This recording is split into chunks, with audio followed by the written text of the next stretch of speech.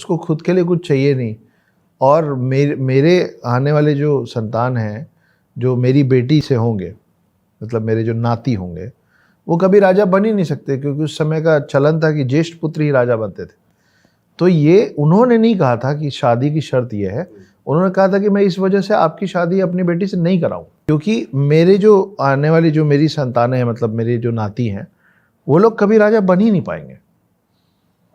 तब देवव्रत AKA उर्फ भीष्म पितामह, वहीं से उनका नाम भीष्म पितामह पड़ा था, कि वो आए और जब उनको समझ में आया कि मेरे पिता इतने दुखित हैं, तो वो जाके उनके पिता को, सत्यवती के पिता को और सत्यवती को ये वचन दे आए थे कि मैं गंगा पुत्र भीष्म आज ये प्रण लेता हूँ कि कभी भी मैं सिंहासन पर नहीं बैठूंगा, राजा नहीं बनूंगा।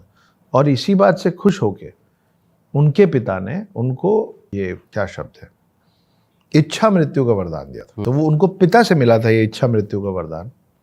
और आप जो अभी कह रहे थे कि ये जो पिता की तरफ जिनका जो जितना ज़्यादा समर्पित रहेगा उसको उतनी ख्याति मिलेगी, उसमें एक बहुत बड़े नाम परशुराम भी। परशुराम वो थे कि जो अपने पिता के ऑर्डर्स पे अपनी माँ का गला काट दिए थे। करेक्ट। हालांकि बहुत अच्छा बैलेंस भी किए थे बाद में, कि वो पिता खुश होकर बोले थे मांगो क्या मांगते हो, तो अपनी माँ का ही जीवन और भाइयों का जीवन वापस मांग के सब वापस बैलेंस आउट कर दिए थे, लेकिन मान गए थे।